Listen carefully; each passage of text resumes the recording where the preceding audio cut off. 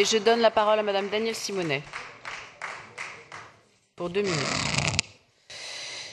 Écoutez, ça suffit. Oui, ça suffit. Selon la Ligue des droits de l'homme, le bilan officiel fin 2018 est de 2700 blessés et mutilés, avec des femmes et des hommes handicapés à vie, éborgnés, mains arrachées, lésions au ventre ou sur le visage, avec des séquelles irrémédiables. Oui, le collectif Désarmons-les, les travaux du journaliste indépendant David Dufresne dénombrent 18 personnes ayant perdu un œil. Selon les décomptes, en 2 mois, les forces de l'ordre ont éborgné plus de personnes qu'au cours des 15 dernières années. Le défenseur des droits a demandé la suspension du recours au flashball après avoir demandé son interdiction. La France est le seul pays européen à utiliser, dans le cadre d'opérations de maintien de l'ordre, les flashballs LBD et les grenades lacrymogènes de type GLI F4. Excusez-moi.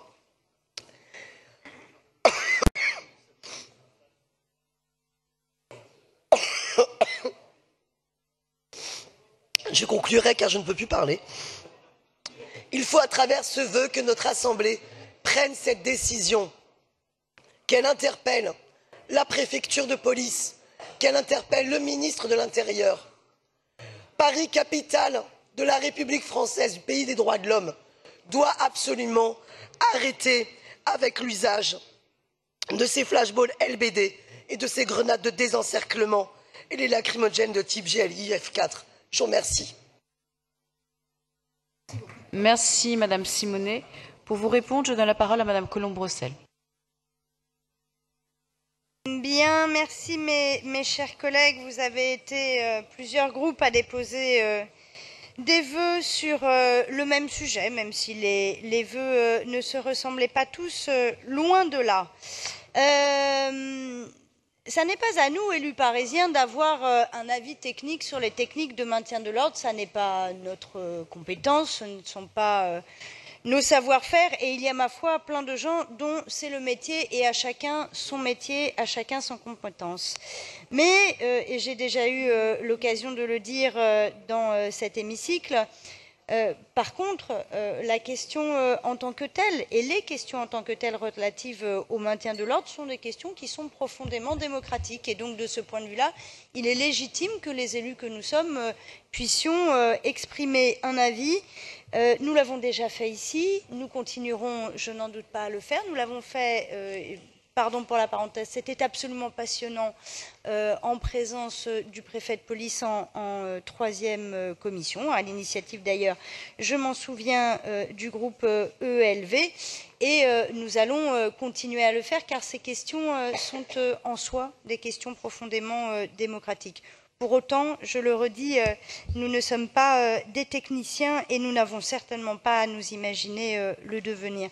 C'est pour cela que je vous ai proposé un vœu de l'exécutif, je ne vous en rappellerai pas les considérants, qui propose l'interdiction de l'utilisation des armes dites intermédiaires à toute personne non formée pour cela, l'interdiction du LBD pour les opérations de maintien de l'ordre, qu'en tout état de cause, leur utilisation soit strictement conditionnée à un cadre respectant une doctrine d'emploi adaptée à ce type d'opération et que soit engagé dans l'immédiat un moratoire sur leur usage.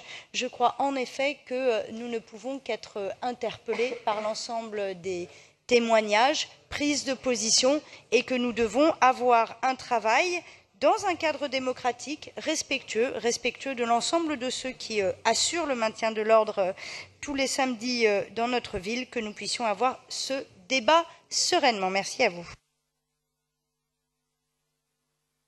Merci. Je laisse la parole à Monsieur le représentant du préfet. Merci Madame la maire, Mesdames et Messieurs les élus. Je voudrais d'abord en préambule rappeler trois éléments. La première, c'est que la préfecture de police assure la sécurité des manifestations sur le territoire de la capitale. Plus de 2500 manifestations revendicatives chaque année à Paris, 5000 manifestations non revendicatives qui nécessitent également la mise en place de dispositifs de sécurité. Deuxième point en préambule, c'est que le droit de manifester s'exerce dans le respect de certaines règles, notamment celle de l'obligation de déclaration préalable d'une manifestation, au moins 3 jours avant la manifestation attendue, et que ces 3 derniers mois, la plupart, ou en tout cas un très grand nombre des manifestations de voie publique qui ont dégénéré dans la capitale, n'avaient fait l'objet d'aucune déclaration en bonne et due forme, absence d'organisateurs endossant la responsabilité de l'organisation de la manifestation, absence de service d'ordre interne, absence de respect des règles décidées par la représentation nationale. Troisième point en préambule, c'est un rappel, chacun ici le sait, c'est que les forces de l'ordre ont le droit d'user de la force légitime. Et cette force légitime est encadrée par certaines règles, je vais les rappeler ici devant vous avant d'en revenir ensuite à la demande formulée par certains élus. Sur la légitimité de l'emploi de la force par les forces de l'ordre et les conditions d'utilisation des lanceurs de balles de défense tout d'abord. Je voudrais rappeler, c'est le Code de la sécurité intérieure qui en dispose, que les représentants de la force publique, appelés en vue de dissiper un attroupement, je reviendrai sur cette notion, peuvent faire directement usage de la force si des violences ou voies de fait sont exercées contre eux ou s'ils ne peuvent défendre autrement le terrain qu'ils occupent. Un attroupement, qu'est-ce que c'est ? C'est un rassemblement non déclaré, c'est aussi une manifestation qui a dégénéré. Quand on dit qu'une manifestation dégénère, il ne s'agit pas des tensions, souvent inévitables, qu'on peut rencontrer en matière de maintien de l'ordre. Il s'agit de manifestants qui délibérément dégradent, attaquent les personnes, les forces de l'ordre, le cas échéant, et constituent donc au sens juridique un attroupement justifiant et rendant possible l'usage de la force. Deuxième point sur cet aspect, l'usage des LBD et des grenades de désencerclement. Ce sont des armes, et ce sont des armes considérées comme intermédiaires entre une matraque et l'usage de l'arme de service, arme à feu, je le rappelle. Elles sont utilisées pour contenir des exactions, pour procéder éventuellement à l'interruption des heurts lorsqu'ils sont constatés, sans avoir recours aux armes à feu, aux armes de service des fonctionnaires de police. Et leur usage dans le contexte des Gilets jaunes a été justifié par le niveau de violence qui a été connu, en particulier au mois de décembre. Je n'ai pas besoin d'y revenir, votre conseil avait été amené déjà à échanger avec le préfet de police sur ce sujet. C'était un contexte de violence urbaine pure et simple, avec la recherche systématique de la part de certains manifestants, j'insiste bien sur le fait que c'était le fait de certains manifestants, la recherche systématique de heurts, d'atteinte aux personnes, d'atteinte aux biens également.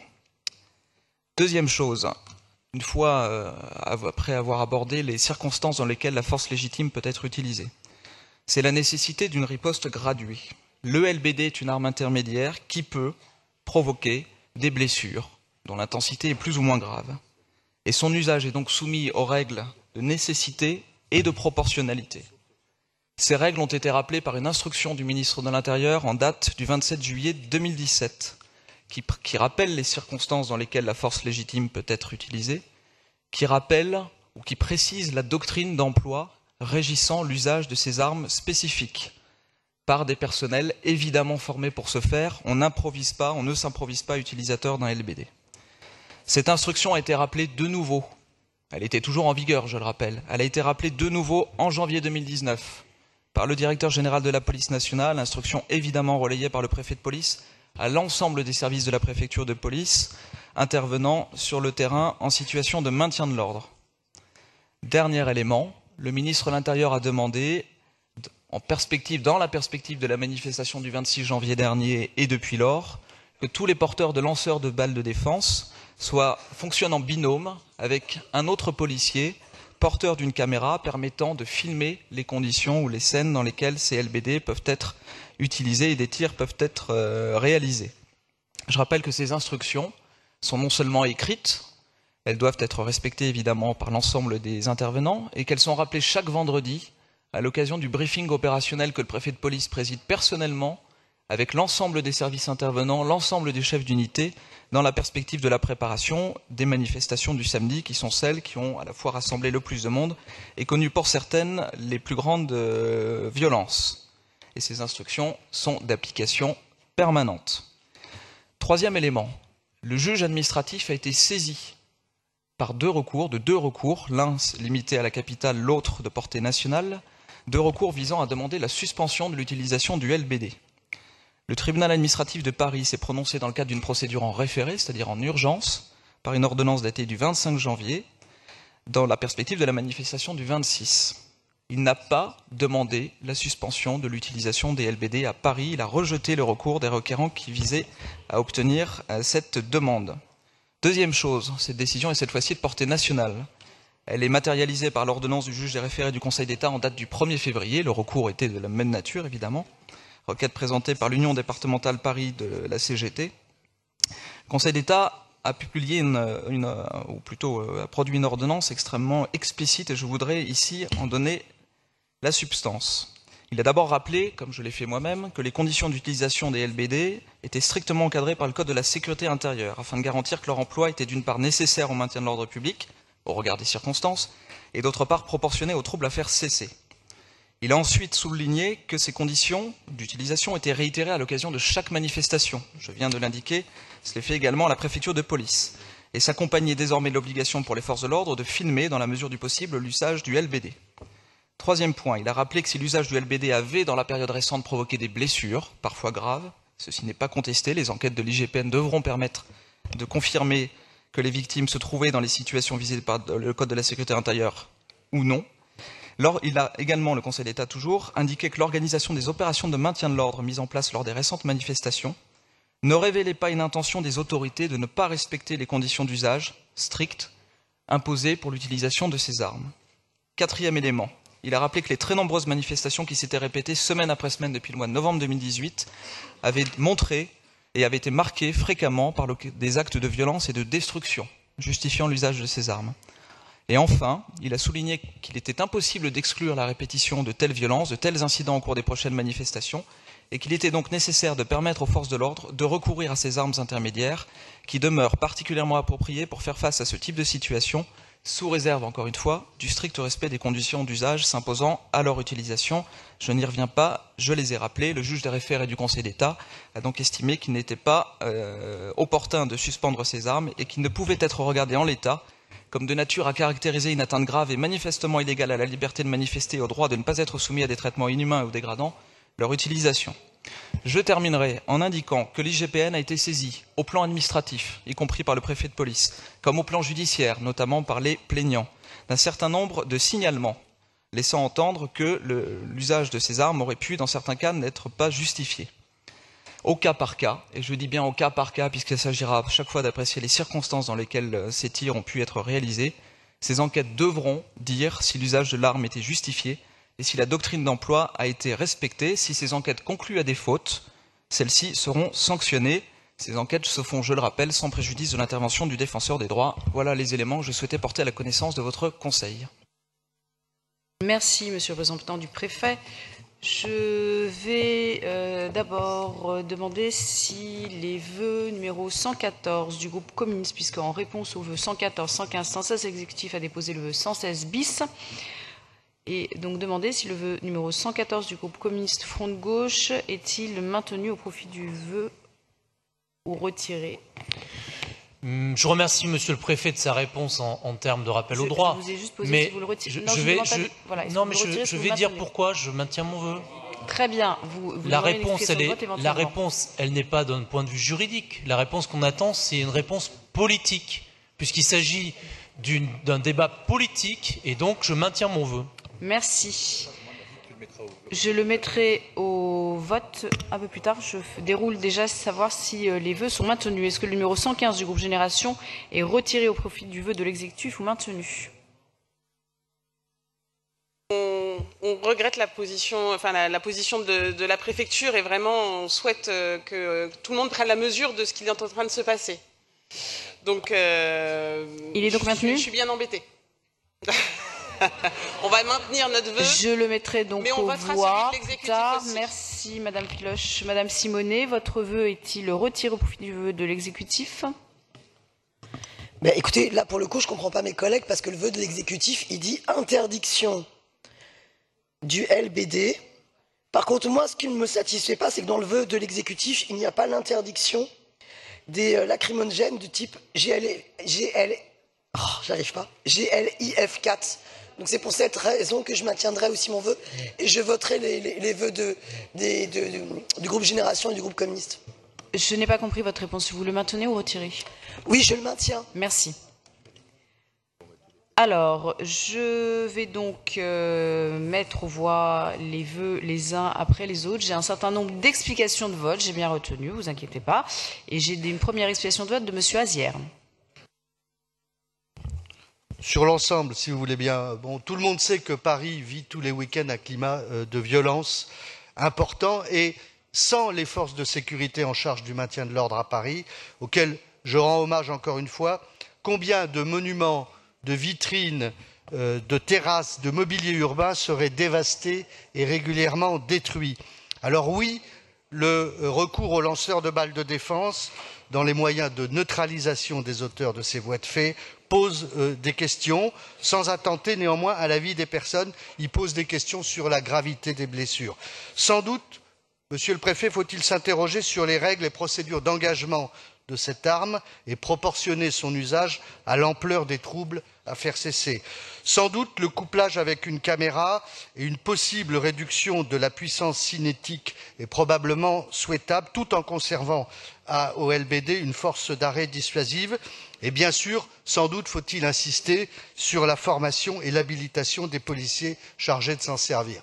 Mais le vœu de l'exécutif et l'ensemble des vœux procédant par interdiction, moratoire, avec des intonations comminatoires et démagogues qui visent à acheter une bonne conscience à bon marché aux élus de la ville de Paris, alors qu'il s'agit de défendre l'intégrité de nos rues, de nos commerces, de notre espace public, c'est trop facile de souffler le chaud et le froid. On ne peut pas se plaindre tous les samedis soirs des dégradations que subit la ville de Paris et lundi matin aller pleurer avec les pleureuses qui s'exposent ou qui s'opposent aux forces de maintien de l'ordre. Nous voterons contre le vœu de l'exécutif et contre tous les autres vœux. Merci, Monsieur Azière. Une explication de vote de Madame Lang. Sur quel vœu?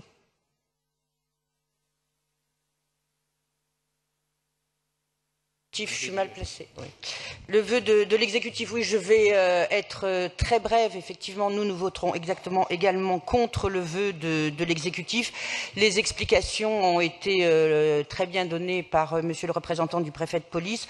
Je voudrais simplement indiquer que nous sommes tous extrêmement attachés à la liberté de manifester, à la sécurité des personnes, à la sécurité des manifestants. Rappeler en 2 mots que les scènes qui se sont déroulées à Paris au mois de décembre ont été d'une violence absolument inouïe et que l'usage qui a été fait des LBD le plus souvent était tout simplement lié à la volonté, à la nécessité de se défendre face à des gens qui voulaient quand même, qui se vantaient quand même de vouloir tuer des flics. Donc je voudrais dire à nouveau que, en ce qui nous concerne, nous faisons à la fois totalement confiance à l'IGPN pour, avec la plus grande rigueur, mener les enquêtes nécessaires sur des usages controversés de cette arme. Et nous faisons tout à fait confiance également au ministère de l'Intérieur et à l'ensemble de la hiérarchie pour revoir, le cas échéant, la doctrine et le cadre d'utilisation de ces armes, parce que c'est leur métier et que nous ne sommes pas systématiquement dans cette attitude de défiance vis-à-vis des fonctionnaires et du ministre de l'Intérieur. Donc nous voterons contre. Je donne la parole à Monsieur Auriacombe. Sur quel vœu vous expliquez-vous? Sur l'ensemble des vœux. Et je vais très rapidement dire que nous voterons contre ces vœux qui nous sont proposés ici. J'ai entendu notamment M. Bonnet dire que la liberté de manifester est fondamentale. Nous sommes tout à fait d'accord. Je n'ai pas l'impression qu'elle soit interdite en France quand je vois tout ce qui se passe tous les week-ends. Mais je pense qu'il est tout aussi fondamental de maintenir la sécurité publique. Aujourd'hui à Paris, Monsieur le Préfet l'a expliqué, la police a forcément besoin de matériel pour cela. Le LBD en fait partie. Il est utilisé sous contrôle, dans des normes, avec du personnel formé. Il est aujourd'hui indispensable d'avoir des moyens. Je ne suis pas un professionnel de la sécurité, mais j'imagine que quand on a inventé ces armes, c'était pour éviter les armes à feu notamment. Donc ça me paraît bien évidemment très utile à la matière de maintien de la sécurité. Donc nous voterons contre ces vœux. Merci. Merci. Je donne la parole pour une explication de vote à Monsieur Pascal Julien.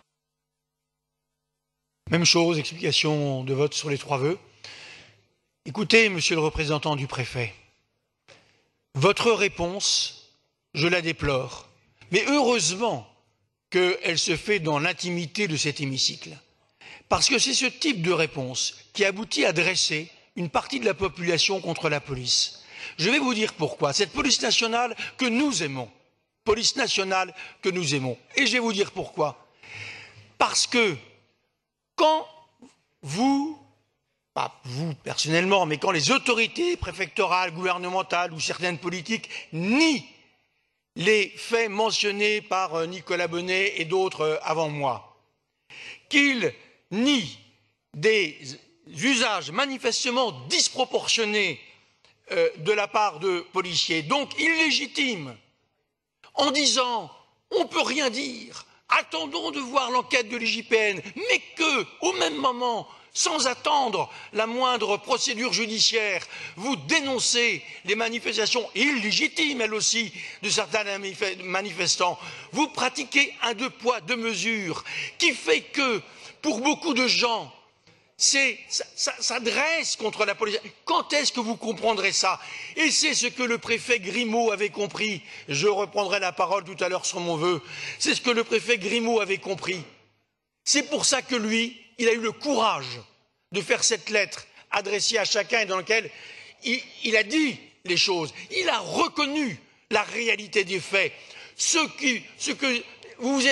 Vous avez fait un exposé incroyable. Je ne dis pas qu'il est faux, d'ailleurs. Monsieur Julien, merci de conclure. De 3 fois 1 minute, ça fait... Vos collègues ont fait moins d'1 minute 30 sur l'ensemble des vœux, s'il vous plaît. Non. Si. Bon, alors, il y a 3 vœux. Alors, je vais prendre la parole pour chaque vœu. Ok, j'arrête et je reprendrai la parole pour le vœu suivant. Veuillez terminer, s'il vous plaît. Continuez, mais je vous demande de... Soit on fait... j'ai annoncé clairement et je ne ferai pas 3 minutes. Oui, à cause de votre intervention, Madame la Présidente, on rallonge le temps de parole. Donc... à moins que ce que je dise vous gêne, c'est possible aussi. Monsieur le préfet, le représentant du préfet, le préfet Grimaud avait compris, lui, qu'il fallait publiquement dire oui, c'est vrai qu'il y a des policiers, vu ce qu'ils subissent, car les violences illégitimes de la police, elles s'expliquent, mais de la même manière que les violences des manifestants, elles s'expliquent, ils répondent par une violence physique à une violence sociale. Ce n'est pas la bonne réponse. Ça ne légitime pas, mais ça explique. Et bien, comme pour le policier qui s'est fait insulter, caillasser toute la journée, au bout d'un moment, il va peut-être déraper et viser la tête de quelqu'un.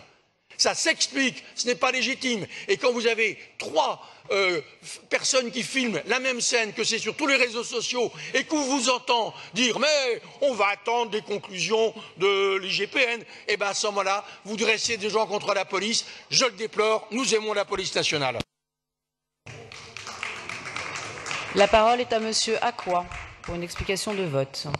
Oui, nous voterons pour les vœux, en fait tous les vœux qui auront été proposés, mais laissez-moi quand même commenter les réponses qui sont faites en cet hémicycle. En fait, on est quand même dans le bal des hypocrites entre la réponse de Monsieur Asnières ou celle de Madame Lang. En fait, on va dans le même sens, c'est-à-dire on feint de déplorer une certaine forme de violence, mais par contre on légitime une autre violence. La question n'est pas la question de savoir est-ce qu'on doit ou pas assurer la sécurité. La question c'est comment on l'assure la sécurité. Et est-ce que vous croyez qu'en utilisant des LBD, en blessant gravement des manifestants, pour beaucoup en fait qui sont pacifistes, le dernier exemple c'est avec Louis Bouillard, vous pouvez essayer de trouver le moindre moment où il a été violent, ça, vous ne le trouverez pas en fait. Vous croyez que c'est en blessant des manifestants qui sont là pour exprimer quelque chose, qui viennent contester une politique, peut-être que vous voulez, mais c'est pas en les blessant qu'on va y arriver en fait et qu'on va réussir à trouver un certain nombre de solutions. Donc la question c'est les moyens que vous utilisez. En fait vous êtes vraiment dans un bal des hypocrites, vous autorisez, vous fermez les yeux sur la violence quand vous avez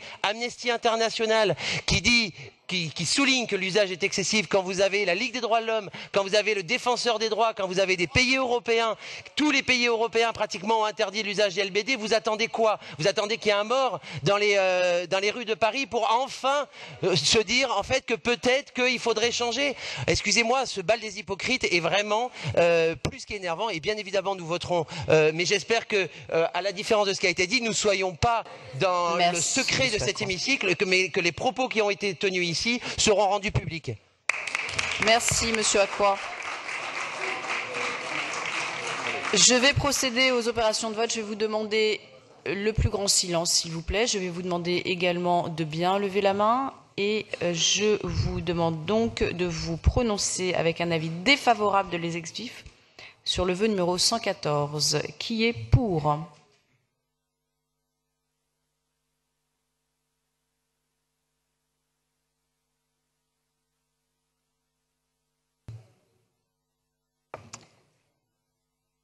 Qui est contre?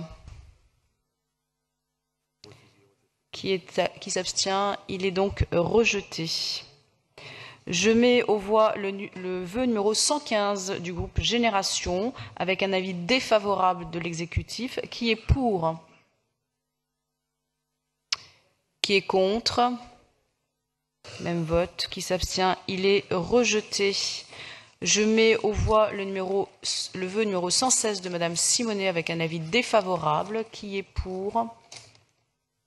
Qui est contre? Abstention. Il est donc rejeté. Je mets aux voix le vœu 116 bis de l'exécutif avec un avis favorable évidemment. Qui est pour?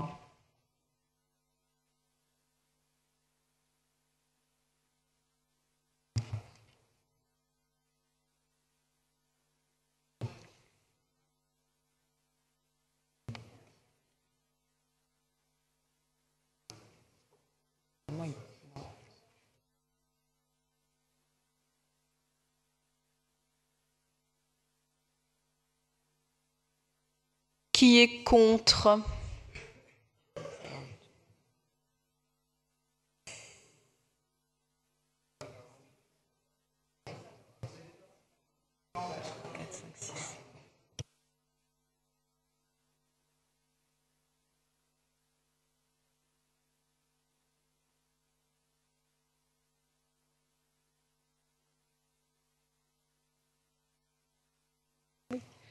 Il est adopté.